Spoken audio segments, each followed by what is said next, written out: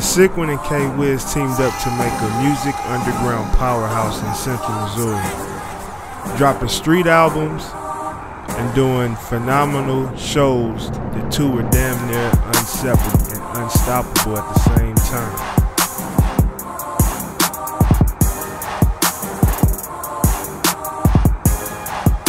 Now everybody knows that if you rap at any level, high, low, underground, mainstream, eventually you're gonna run into some beef. Tension first began to grow when artists under K-Wiz's label Big Dent Entertainment decided to part ways and form their own music group, Partners Only Entertainment. When they formed that group, they was like a powerhouse. Kind of people got Wiz, we ain't had no competition before, now you gotta compete against these guys who really got the streets for real. As the rivalry between the two labels began to escalate, K-Wiz looked for the CICK to have his back and take his side of the rivalry. I was cool with Wiz, and I was cool with P.O. Like I was neutral with the whole situation, even though people thought I was more towards Wiz because me and Wiz had been cool for so long prior to that. While working on the new All Flows mixtape, the CICK went to Partners Only Studio to collab with a couple of artists from P.O. to kind of ease the tension in the streets. I went to P.O. Studio because I was like, fool, regardless of the beef factor, I need y'all on some tracks. So that I dropped my verses and I chopped out. The CICK had dropped off 2 tracks and left open 2 slots for any Partners Only artist to get on. One track preferably was Lil Flip's Game Over instrumental. Unknowingly, he didn't know that Cutter had shot the first shots and dissed K-Wiz on the track. Pulled up to this fool Wiz house and walking up to the door, this fool was like pacing, like upset, like he really mad. I'm like, fool, what's up? He's like, and you did a diss track about me or something. I was like, I ain't diss you in no track. Matter of fact, on the track, I gave Wiz a shout out, like we run the streets and we run the game or something like that. Okay, we run the things, Big Dent Entertainment, money maker records with it, till we stepping up our game. What happened was, the third verse on the Game Over track kind of had diss Wiz, like the whole verse was just dissing Wiz. I didn't know about it, I didn't hear it. I was on the first verse, you feel me? Like,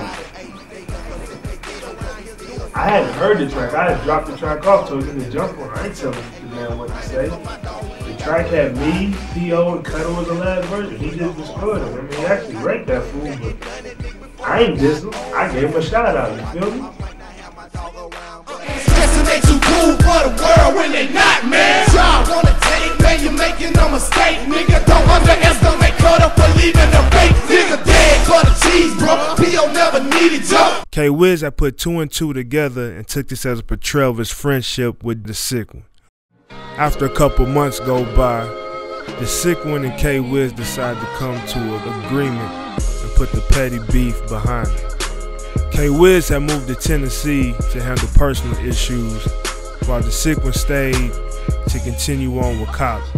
Talk of a new collabo mixtape with the two brought K-Wiz back for a Missouri visit to work on finishing the final tracks for the new mixtape. Well, the whole time he was there, man, I felt like he wasn't focused on the mixtape. Like, he missed a studio session, I had to drag him to the studio, which was what his main purpose, I thought, was for him to be there, but it wasn't. As work began for the project, the CICK felt like effort and time wasn't being put fully into the mixtape. While attending a recording session at Firing Squad Studios with engineer Limber, K-Wiz had showed up to the studio late. At the time, the CICK was working on the track featuring Famous, aka Lil Ken of Military Entertainment, at that time with Third Degree Records. We're in the studio working on the track. And Wiz come upstairs to the studio. Limbers, I think, was working on mixing some stuff down. So everybody just conversating, having a good time, and then I think Wiz was kind of like, jokingly but seriously, he was like, fool, let me jump on the track with you and Lil Ken. And I was like, nah, fool. When the sick one told him no, an argument broke out in the studio that scrapped the whole project. I really don't. If you want to get on the track, give me half the bread that I got to pay for Ken to get his verse.